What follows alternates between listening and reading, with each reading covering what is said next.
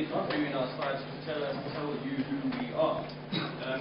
There are four of us who are going to be doing some presenting this morning in the form of panel. So we're going to have a short input session at the beginning and hopefully leave at least 15 minutes at the end of the session for interaction with you. I'm Alan Cliff. I'm from the Centre for Innovation, Learning and Teaching, which is based in the Centre for Higher Education Development. My other colleagues, one of whom is going to be here virtually in the form of a video. The video person is Joanne Hartman, who's from the School of Education at UCT, and will start the presentation part of this course. Then, on my right here is Kanchikan Rajaratnam from the Department of Finance and Tax, right? In Commerce, who will be also sharing some examples from his practice. And then we've got Sali Ali from Physics. So that's the four of us, and the general theme, as you can see, is using assessment to facilitate learning.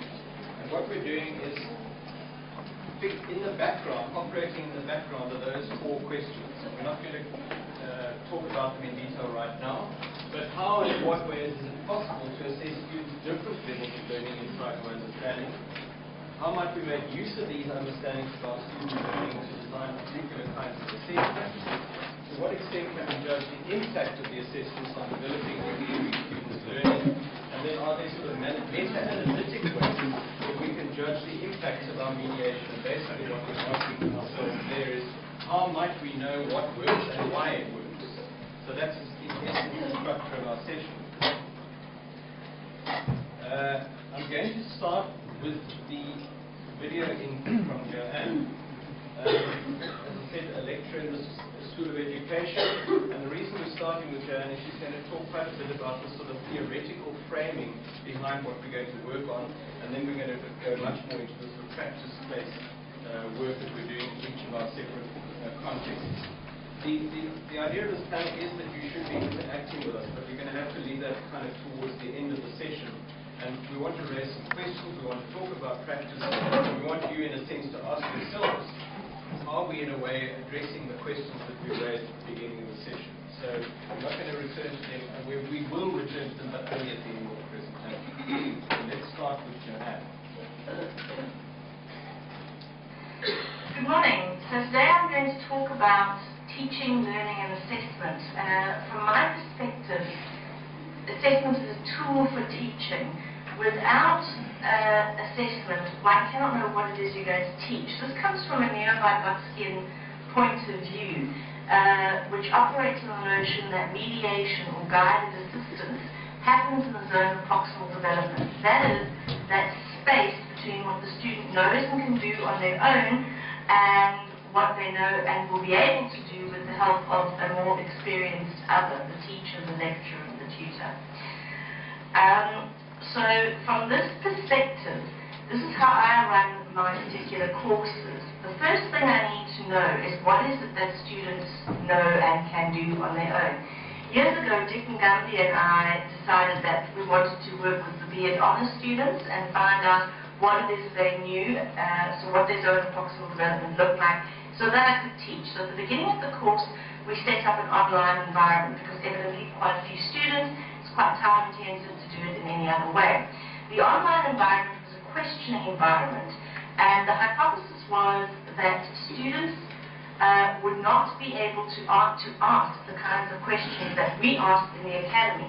They would ask predominantly lower order, if you think of Bloom's taxonomy, lower order what questions, as opposed to higher order questions such as compare, critically discuss, which are the questions we asked them in the academy. So we set up this online environment where they were given a vignette from the course reader. And in this vignette, they were required to generate as many questions as possible in relation to the vignette, so that I could see, one, what kind of questions they could ask, and two, what this illustrated about what it is they knew and what they needed to know. What we found is that the students were unable to generate the higher order questions that are the prerequisite of the academy. So that was the first thing we found out. Students don't know how to ask the questions that we ask in the academy. If they don't know how to ask these questions, they don't know how to answer these questions. So one of the pedagogical tasks facing me was to enable students to generate the kinds of questions that we generate in the academy. This is a first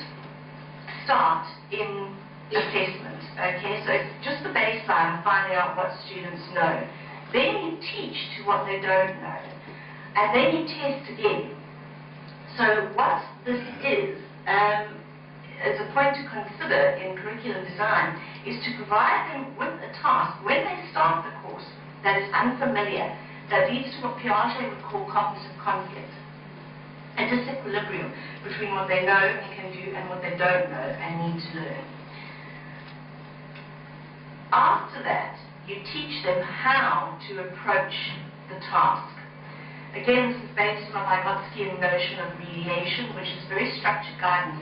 So when it comes to answering exam questions or essay questions, what I've noticed is that very seldom do we give the cognitive structuring underpinning the essay task. So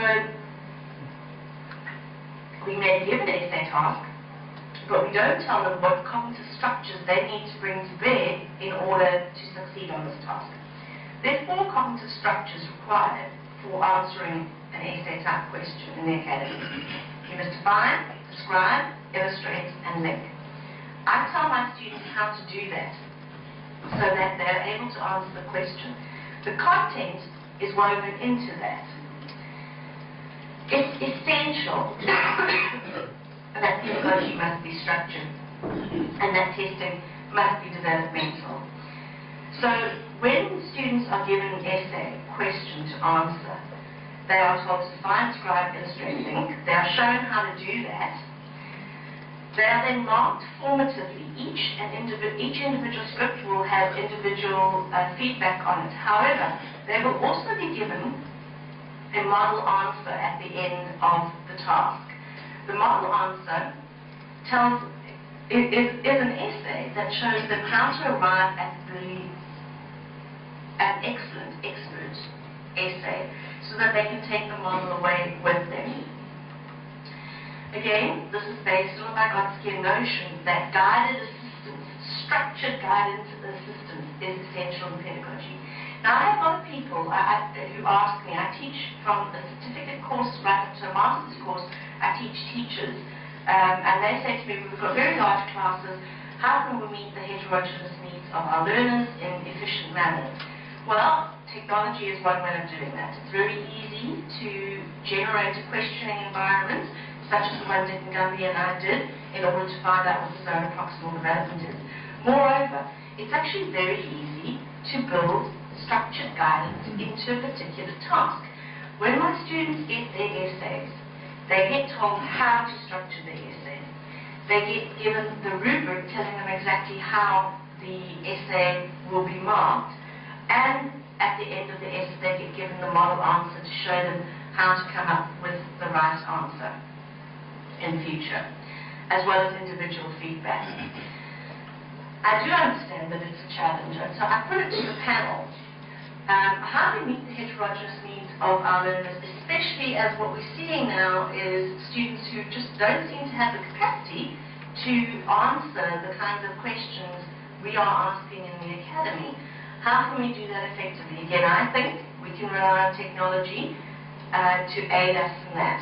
And how do we meet our assessment goals as a developmental goal that moves students from what they know and can do to what they don't know and can't do? Again, my thinking there is that you build assistance into the actual task. And when I say build assistance, I'm not talking about giving the answer.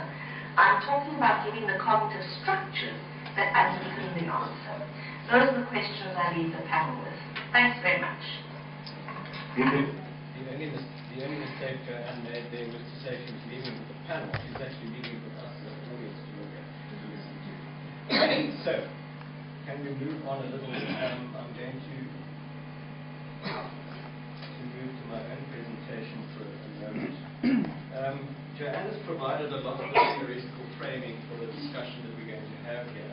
So I'm going to skip over a lot of that now. You heard her mention Vygotsky, you heard her mention the notion of mediation, a notion which I want to raise quite strongly, and I'm not going to talk about in any great detail here, is the idea that our whole goal in using assessment to facilitate learning is that we want to promote, understand and facilitate the development of the qualitatively different ways in which students engage with the content and the context of learning.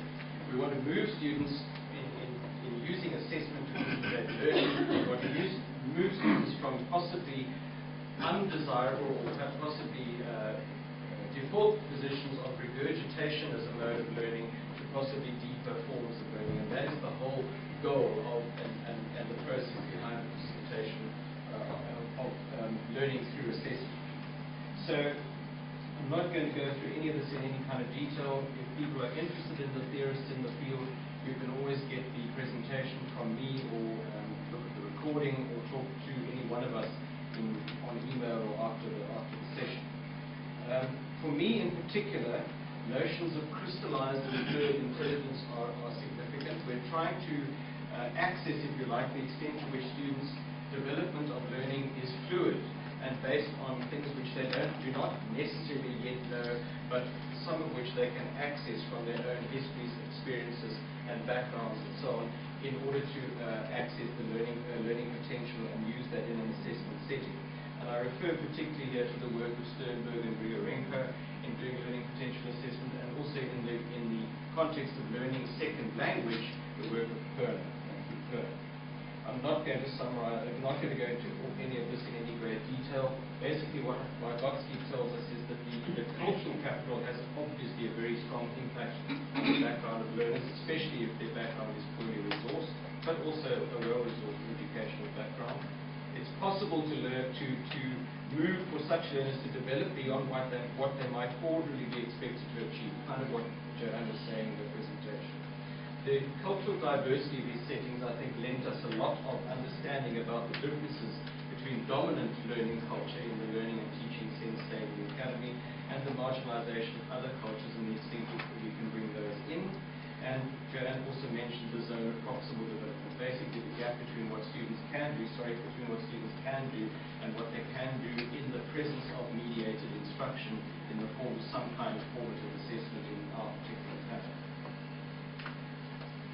What is significant, I think, in relation to the case study I want to talk very briefly about is this question about the extent to which, if there is meaningful and carefully sequenced feedback, it is possible to increase learners' awareness of what learning is possible.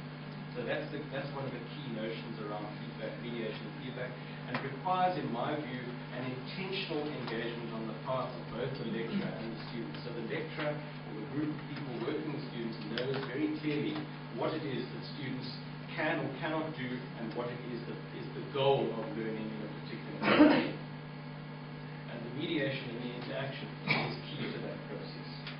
So my case study, very briefly.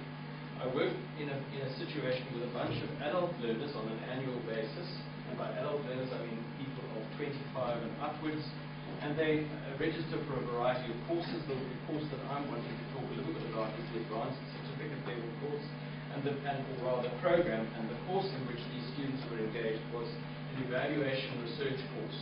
The object of which was for students to be able to engage in a process of conducting evaluation research after they had presented a proposal in class, and then finally to produce a report on this evaluation research project at the end of the course.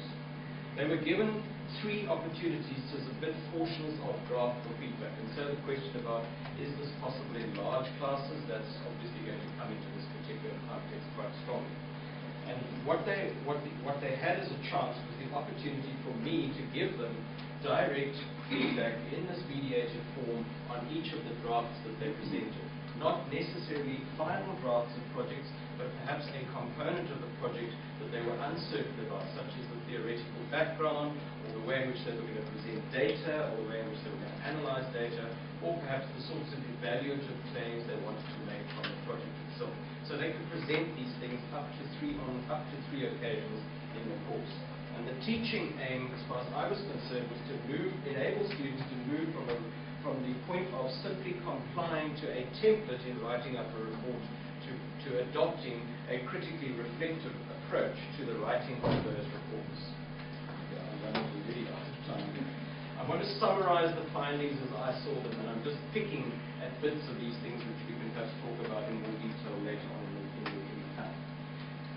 A significant barrier, perhaps sometimes affordance, was the question about the language of teaching and learning. Many students struggled purely with being able to express themselves in English in this particular case. And so a lot of mediation was dedicated to that. Never mind the content, the process, and the kind of thinking that I wanted to encourage through the process of formative and mediated feedback and assessment. I found it interesting that procedural learners really battled with this particular kind of feedback. They seemed to see what they were getting in the way of feedback as yet another procedure for them to adopt in the writing up of their reports. And I found that particularly interesting because a number of those students were in professional contexts of learning in which procedural knowledge was a very strong component of their own context of practice. So I wondered, not sure, but I wondered whether that was not strongly influencing them.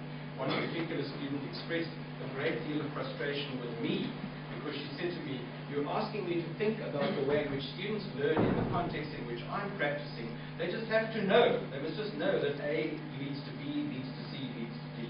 And I wondered at that moment whether I wasn't expecting, possibly even compromising her learning through expecting a kind of critically reflective approach through the forms of assessment I was offering. The evaluative claims I found particularly difficult to shift to students who, and through feedback, what I was trying to do with them was try to say to them, when you make claims about the project that you're involved in, you need to have evidence, and you need to think about the role and function of that evidence.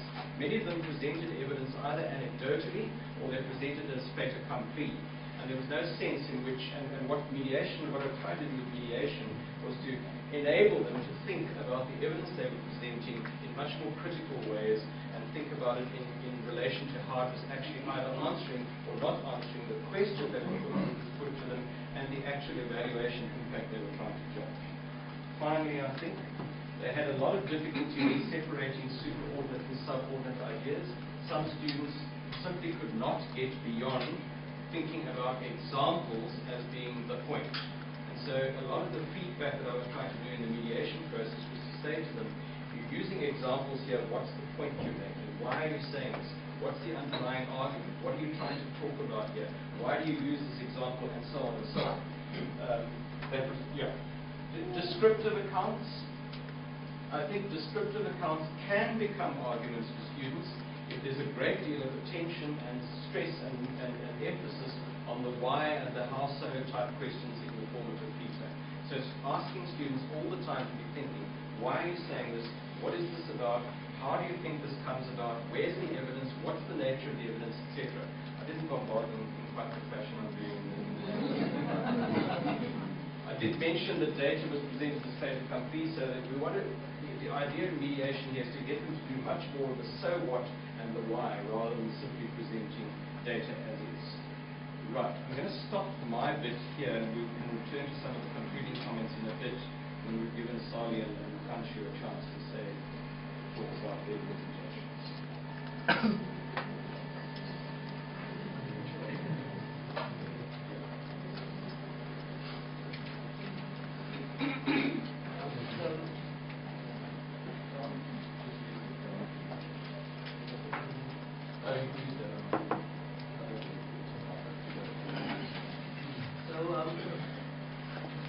This is a sort of really raw and rough case study on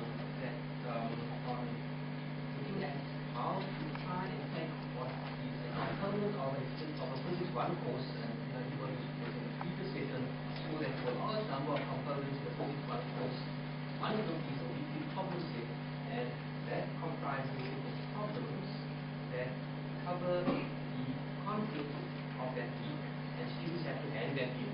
So they're handing the problem set every week. One of the questions, maybe 5 or 6 questions, the course tutor takes one of those questions, marks it out to 5, and that mark goes towards the class report. So there are about 24 of these things in the course, and the component of the class report. The problem set is then returned, the whole one. Students are, solutions are posted on Ruler, and the question is, over again, what do students do with the problem set that has been returned? So, if we look at it from a point of view of student engagement, well, the students are sort of engaged here, they have to write the problems, they have to do things. Nowhere else are they involved in the process other than down here, where they look at what has happened they look at the solutions. Very often many students do not even look at their own work. And so one of the things that often happens is the pigeonholes are filled with unconnected scripts. So you ask, what's all that? It's very frustrating. So that, to my mind, is the summative exercise. Recon feedback, and it is the word that we heard, is a compliance mode rather than a learning oriented mode. So I tried to do something experimental with opium. You are the first people to see that acronym occurred to me this morning in the car. It stands for orchestrated clear marking. Okay. So what I did, and you actually kind of, and I just take Paul was here who assisted me with that this particular year, and we actually videotaped this as well. So the problem set was handed in, and the student got 1 mark for that. He was doing that. And then one question was taken off the tutorial, and students wrote that as a 10-minute test. It was test conditions, scripts were randomized, and then the course tutor was present during that session, and we then went to a session of what I now call orchestrated clear marking. Now, and then the students returned to the student. So I'll come back to the student engagement part, but in the actual mechanism, the marker writes the name of the script. That's sort of a accountability issue. The question is marked out of 20, and I claim that that large number allows one to provide a formative aspect to the exercise. Then, I go through it, and it's a wild exercise. You have to have nerves of steel, and anybody who's steel there will tell you, but they have course tutors present, nervous students. The final mark that the peer marker records will be out of 20, and then it's divided by 5, which is 4, and that turns into the summative mark, into a grade. And so you get the compliance mark plus the opening mark, and you get 5 times the course record. There's also an appeals process, and that's what the course tutor handles, and poor marking, the marker gets penalized. From summative marking, it comes up and it's a terrible mark, inappropriate comments, things like that. The course tutor will just minus something from the summative mark. There's also this, but it hasn't come into play, and over the years I've tried it. You come and your appeal is dismissed for wasting time, you also get the marks. That's taken off the formative mark, and so when you divide by 5, it doesn't fall. So can I come back to let me go through the comments with you here. So there are a couple of low-level theoretical things you can look at before I look at student comments and what did the students learn. But very briefly, these are the kind of things that occur. Firstly, there are 2 aspects: testing of oneself and the assessment of others. And there's all kinds of literature recently to show that testing is the most effective way of learning. So there are all kinds of interesting things in the literature these days, especially the popular literature. That's the way to go. What happens here is the student is put in a position of authority. You've got to understand what's going on, apply it immediately. And I claim that in that brief moment, some kind of deeper learning is fostered. It's not present all the time, but you have to know what's going on. There's a certain level of anxiety which brings an emotional aspect in, and I think the emotional aspect of learning is important.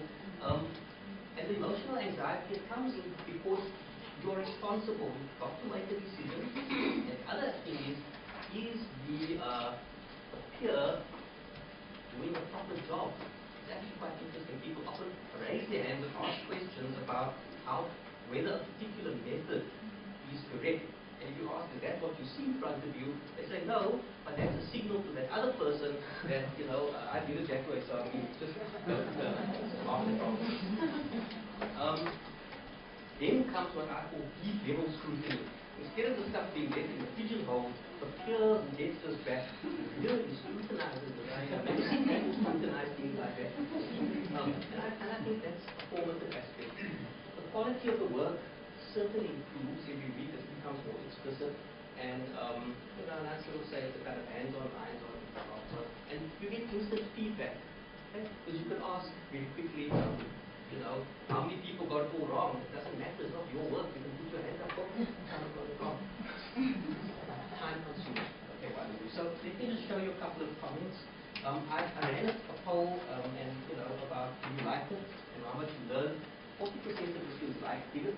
it a lot, and that other larger number liked it more. But the interesting thing is the learned one is quite high. So 60% of the students said they learned a lot. And maybe a couple of comments here. Peer marking was very helpful, provided the chance to see how other people solve problems and provide new ways of solving problems. Marking other people's work, helping to see how they structure their answers. Peer marking was fine, and it was realizing the mistake that I usually do in the exam and test when I put down the answers. Good idea. And then I like this one here at the bottom. It says, seeing other people's mistakes makes me realize how important it is to understand physics and know what. I love learning from other people's mistakes. And then here's an interesting one from the emotional side. I learned a lot from it, but I didn't like it that much because I felt bad giving my peers, low or no marks. And then the last one I just want to put up here is this amusing one. The person who said, I really didn't like this, didn't like the peer mark assessment, not necessary. But turns out it might have helped me pass the content.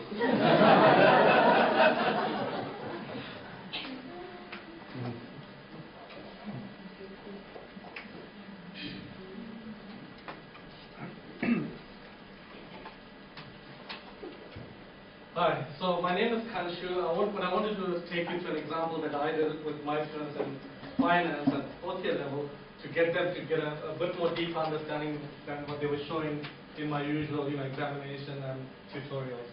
So I come from an engineering background. I've actually never studied finance. And in engineering, the students I used to teach were very good at problem solving, even at a very low year level. The higher year levels of finance students seem to struggle a lot more with problem solving. So I wanted to get them to be able to solve the kind of problems I would like them to solve, at least in the syllabus. So what I noticed about them was they were quite good at light quantitative problems. But they couldn't do a little bit heavier than light quantitative. They really, really struggled with it. It's not that they couldn't do the math, they just couldn't think about the solution process. And it seemed to me that a lot of them were doing rote learning and regurgitation learning instead of the deeper learning. So what I wanted them to do is understand why in the solution process, because I thought if you could understand the why in the solution process, you can repeat it for other kinds of problems. Right? So I kind of did an intervention, a very small intervention, and then I wanted to see how will the students fare if I give them a unique problem later on. Right?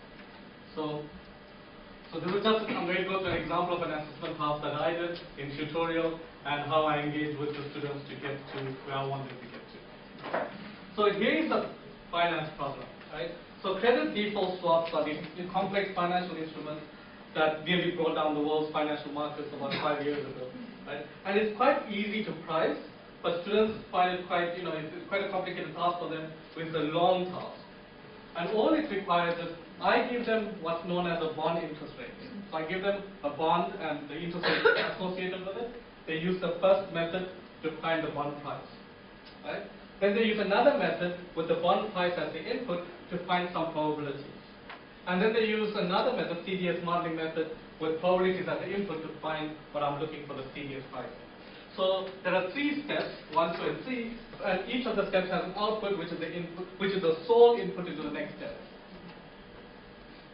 So if I now give them the original problem, the bond interest rate problem, and ask them to price the CDS, but additionally I give them another set of information, the probabilities, right? So in other words, they've got this information, and I ask them to price the CDS, you'd think this is what they need to do, right?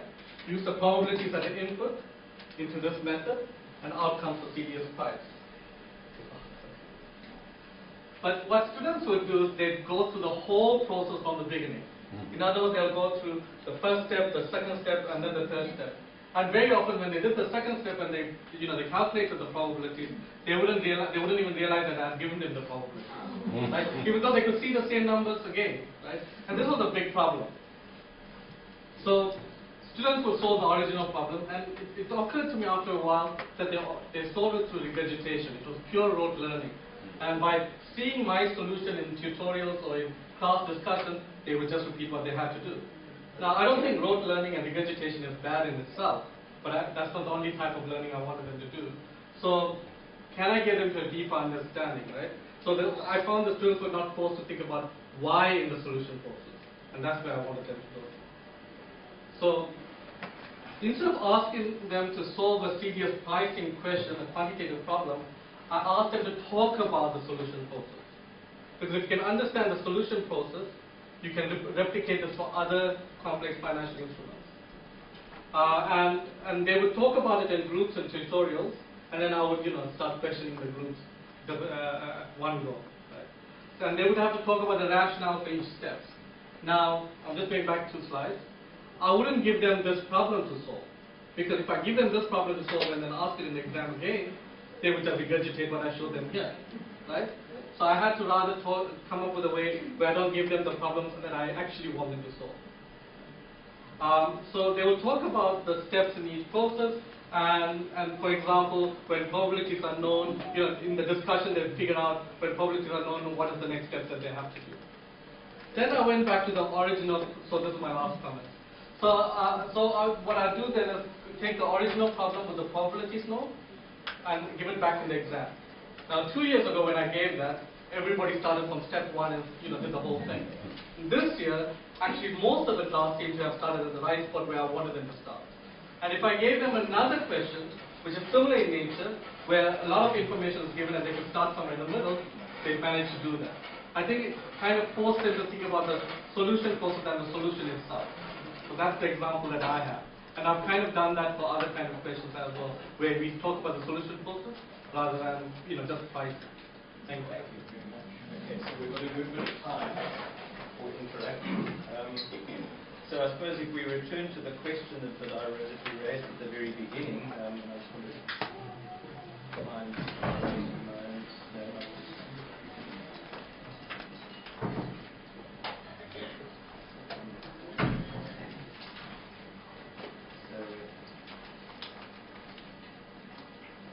So what I just wanted to make is a couple of concluding comments before we throw this open to people. I mean, the question is still moot.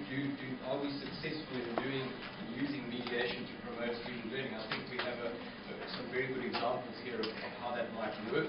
In my own experience, I found kind of an uneven response. I thought some students responded to mediation in ways which I wanted them to do, but I did share some of the things that I thought were problems for those students. So dynamic assessment or mediated assessment is at least in part an assessment of the learning potential, since it focuses on the extent to which a learner can demonstrate either quantitative or qualitative change as a result of instruction. And I think both your examples illustrated that really well. Potential is the extent to which a learner's performance can change as a result of the mediated feedback and assessment. The notions of explicit or implicit, deliberate and sequenced mediation and feedback are the cornerstones of this kind of intervention, as again was seen, I think, in all the examples. And it's an attempt to assess the extent to which a learner can respond to novel learning contexts and call on learning that is perhaps relatively unrelated in their experience to something which has gone before. And then finally, that mediation is about cues, learning cues that reduce or downplay the role of prior learning experience, bring it into the learning situation in the assessment sense, and enable the student to complete succeeding, more complex tasks. Okay, let's leave it there and open it up to the floor for interaction, questions, whether you think we've made the sorts of points we want to make, whether you've got examples from your own practice which you'd like to ask about or talk about, or ask some questions of any one of us in the panel. I can't get your hand to respond, unfortunately. I just have a question about the finance methodology. Do you think perhaps the students were starting at step 1 instead of step 2 as a confidence measure, almost as a check? Or do you think they were just defaulting? I mean, I can't say for sure. That's a good point. I think they were defaulting because they seem to indicate that in other examples too. And when I was taught math, very often you check something, right? We don't teach that in finance, so they don't have the training or the thought process to generally do that. But many of them are doing it. So I would think it's not a checking process, but rather, this is what I'm used to. I've seen this problem before. And also when I talk to them, they didn't seem to understand the solution process very well. Like, one-on-one when they came to see me for other courses.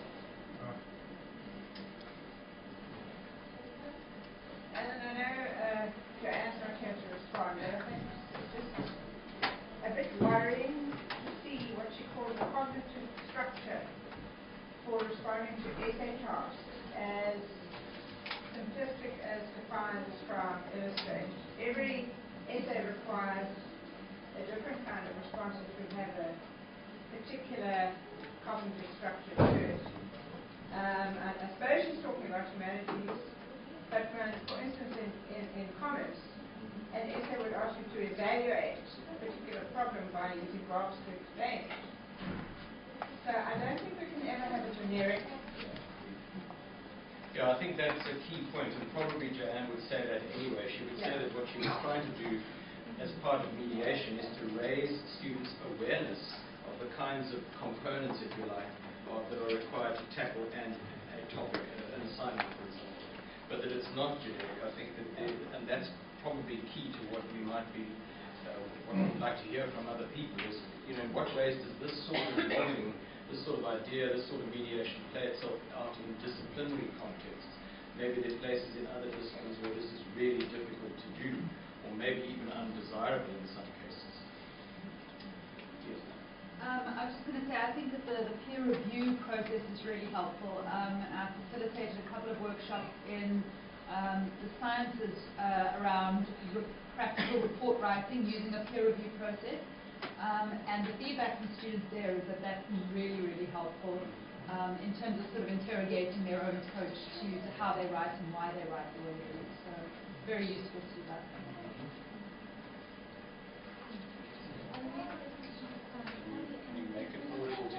My question basically is around OPM. You said it was time consuming. How does that practically work? With the first year, do you sit in the afternoon and somebody gets someone bored with it, it's not working? Practically work? Now that's an interesting question, and that's why I put that down, because I think that it was a quote from Phil, who attended such a session for the first time, and his words to me were, "Gosh, it takes a long time." Now, here is one of the conundrums that we face. I think we are born to try and cover the syllabus in some way, and you think you shortchange people if you don't actually get through it. But I think in some ways one might want to ask oneself, if you replace, and I think that's often the flipped classroom idea that we now see coming to the fore, that very often if one does activities that foster some deep engagement, you might actually be able to speed up at some other time, or leave the student to be able to deal with these things independently. I don't actually have an answer to that, and the comment about the peer review of essays is an even more hair-raising one, because we often say first drafts, okay, but anybody who's tried that, who reads the first draft and then the second draft, that's not fun. Yeah, I think often the problem is that students say, for example, don't know what they don't know, so it's very difficult for them to actually engage in the feedback. I think the modelling that's being expressed here suggests that we need, at minimum, to enable students to understand what it means, and I'm sure that's what is going on in your context, that they have an understanding of what it means to give feedback, and of the sort of, again, qualitative differences amongst the kinds of feedback that they give in that kind of situation. So and it also contains affective components too, the feedback they're giving. Are there other comments or examples, perhaps interesting examples of practice? Hi everyone. I'll give mine just on peer review. So we introduced peer review in our e-marketing course, 94 students during our tutorials. I would set the questions, the guys would kind of fill it in, bring it into the next task, we'd divide them and then in groups and mark against a rubric to help them. After their second one, I was a bit hesitant. The marks were all sitting at about 80, 90. I thought, okay, there we go. Weighted them at 2.5% towards their overall, just to kind of, get that kind of average out. Went running off to the CILT department to help. What am I doing? Need some assistance here. And what we then decided was the next few tasks, instead of making them very much structured in terms of, kind of giving a regurgitated answer and regurgitated kind of methodology, what we then did was cut out questions. So then, the rubric might answer every single thing, but we just focus on a specific thing, a specific component in the actual tutorial group, and allow time to question and talk about it. And through that, the marks will still have, but the guys got a better understanding. So we just shifted the way we were doing it in the actual tutorial session. Instead of just marking all the answers against the rubric, trying to get the marks out, we then adapted into the classroom. So, yeah, that was just one of the learnings. Not perfect, but a work in progress. one of the messages we're bringing through this panel is that it's worth doing. Mediation is worth doing. But it does require intensive and probably different kinds of engagement with students, which may mean finding other ways to deal with tasks that we traditionally regard as components of our teaching. Certainly in my experience, I'm not sure that I could carry on doing 3 feedbacks per student if the class were 150 students, for example. So one needs to find other ways perhaps of working with it.